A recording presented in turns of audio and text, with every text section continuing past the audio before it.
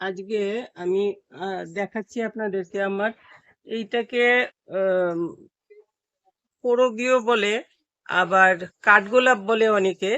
তো কাঠগোলাপ বলতে যে কাঠগোলাচিটাকে অনেকে ভুল করে ফেলে, কিন্তু কাঠগোলাচি আলাদা আর কাঠগোলাপটা আলাদা।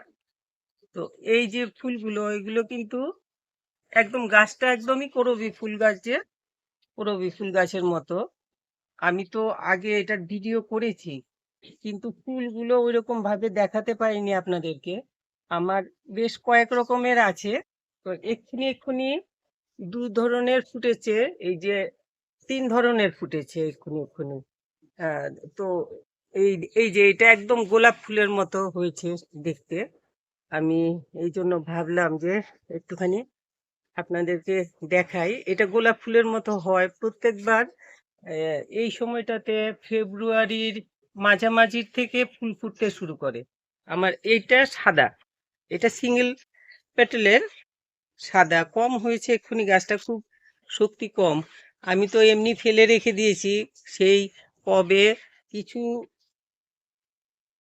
অল্প কিছুদিন আগে ভাবলাম গাছের সব পাতা লাল হয়ে ঝরে যাচ্ছে, তো কিছু একটুখানি অল্প স্বল্প সার টার দিয়ে দিই। ওই একটুখানি পুরনো গোবর সার আর মাটি মিশিয়ে একটু সাইড করে দিয়ে দিয়েছি।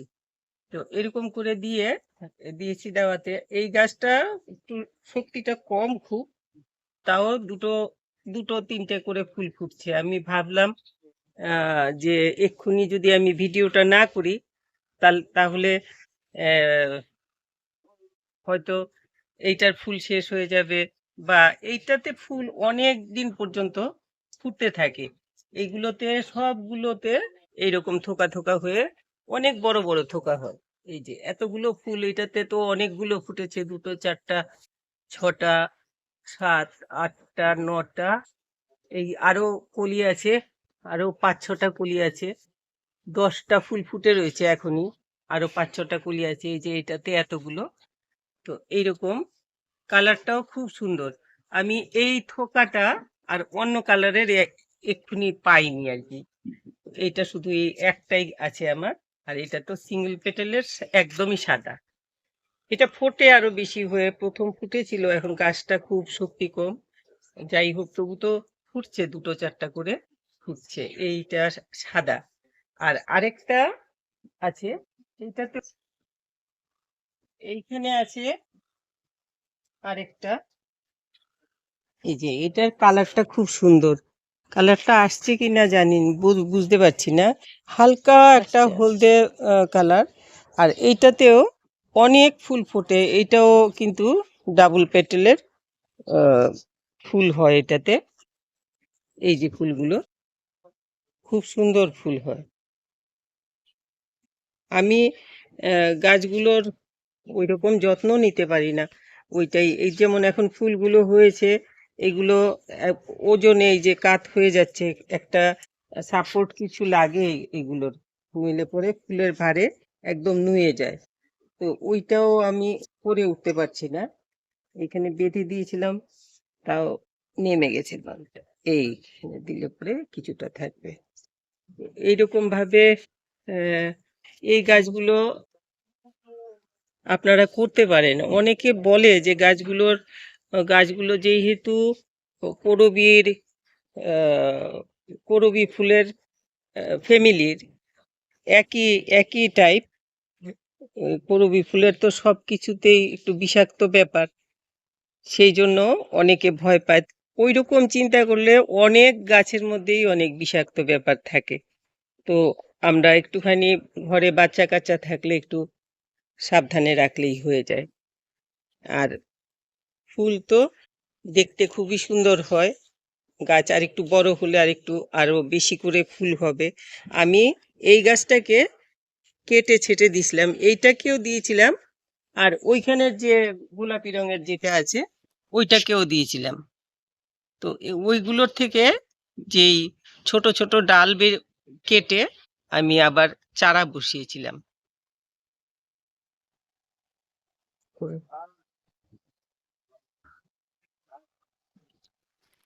এই এইরকম গাছগুলোর যত্ন টত্ন কিছুই করি না। আর এই অল্প বোধহয় 15-20 দিন আগে ওই গোড়াতে একটুখানি যে সার দিয়েছি। আর নইলে সারা বছর না আর কি, এই যে শীতের সিজনটা গাছগুলো এমনি পড়ে থাকে, শুধুমাত্র জল দিয়ে রাখি আর কি, একটু মধ্যে মধ্যে জল দিই যাতে শুকিয়ে মরে না যায়। এমনিতে গাছে কিন্তু বিশেষ পোকা টোকা কিছু হতে এখনো দেখিনি। আমার গাছগুলো এমনি ঠিকঠাক থাকে, এইগুলোতে এখনো কোনো পোকা টোকাতে ধরেনি। হয়তোবা ওই যে মিলিবাগ টাগের উৎপাত হলে হতে পারে, এই টাইপের গাছগুলোতে হয়, কিন্তু আমার গাছে এখনো হয়নি কিছু। আর এইগুলোর থেকে ওই যে বলছিলাম আমি, একটু কেটে ছেটে দিছিলাম, যে ডালগুলো বেরিয়েছিল সেইগুলো ভাবলাম যে সেগুলো ফেলে না দিয়ে গুজে রাখি, যদি চারা তৈরি হয় তাহলে পরে আমার অনেকগুলো গাছ হয়ে যাবে। ওই ভেবে এই এই ফুলটাও খুব সুন্দর, অনেক দিন থাকে, ওই ফুলটার মতোই অনেক দিন পর্যন্ত। এই যে এখানে এরকম আছে, যেমন এইটাতে যেমন অল্প কলি আছে, এইটাতে মাঝারি সাইজের কলি আছে, কিন্তু এগুলো আস্তে আস্তে আরো বেরোতে থাকে, গোড়ার থেকে আরো কলি বেরোতে থাকে, থোকাগুলো আরো বড় হয়ে যায়। ওইটাতে ভালো লাগে দেখতে, আমি এই জন্য ডালগুলোকে কেটে ইয়েতে গুজে গুজে রেখেছিলাম মাটি দিয়ে, একটুখানি জল দিয়েছি। তো এই যে আমার 1টা 2টো 3টে 4টা 5টা গাছ আরো আমার হয়ে গেছে এগুলোর থেকে। তো এই গাছগুলোতেও ফুল আসবে মনে হচ্ছে, যেহেতু নতুন চারা, সেই জন্য এইগুলো একদম সিজনের শুরুতে ফুল ফোটেনি এখনো। তো কিন্তু ফুল ফোটার মতো কন্ডিশন মনে হচ্ছে আমার। আমি এগুলোতেও একটু একটু গোবর সার মাটির সাথে মিশিয়ে দিয়ে দিয়েছি। তো মনে হচ্ছে মনে হচ্ছে আগেই চলে আসবে। এটার যে কন্ডিশন, এই কন্ডিশনে মনে হচ্ছে আসছে, এটাতে মনে হচ্ছে চলে আসছে। আর এগুলোতেও আসবে মনে হয়। তো হলে পরে আমার একসাথে অনেকগুলো গাছ তৈরি হয়ে যাবে। আর এই অফ সিজনে যেই সময়টাতে আমাদের ছাদ বাগানে ফুলের একটু অভাব থাকে, সেই অভাবটা অনেকখানি পূরণ করতে পারে এই গাছগুলো। তো আপনারা ইচ্ছে করলে এই কি বলে এটাকে, নেরিয়াম বা ওলিয়েন্ডার বা কাঠকরবি না করবি,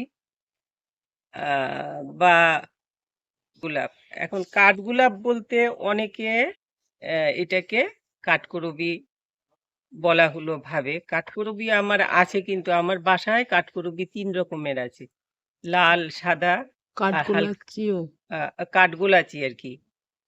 ওইটাকে অনেকেই ভুল করে। তো যাই হোক, এটাকে নেরিয়াম বা ওলিয়েন্ডার বলে। এইগুলো অনেকটা হাইব্রিড টাইপের আর কি ব্যাপারটা হয়েছে, কিন্তু ফুলগুলি খুবই সুন্দর। আপনারা করতে পারেন পরিশ্রম কমে। যারা নতুন করছেন বা যারা বেশি বাগানের দিকে বেশি একটা অ্যাটেনশন দিতে পারেন না, ওরা বাড়িতে চারা এনে এরকম রেখে দিলে ফুল হবে ভালো। ছাদে ফুলের জন্য রাখেন যদি, তাহলে পরে এরকম রেখে দিলে গাছ কিন্তু ফুল হবে। আর গাছের তো বেশি যত্ন লাগে না, একটু জল দেবেন। আর অন্য গাছে দেওয়ার সময় একটুখানি মানে লিকুইড সার একটু দিতে পারলে তো ভালোই হবে, গাছগুলো একটুখানি সতেজ হবে। এই আমার মনে হয় আর কি। তো যারা নতুন বাগান করছে, আহ,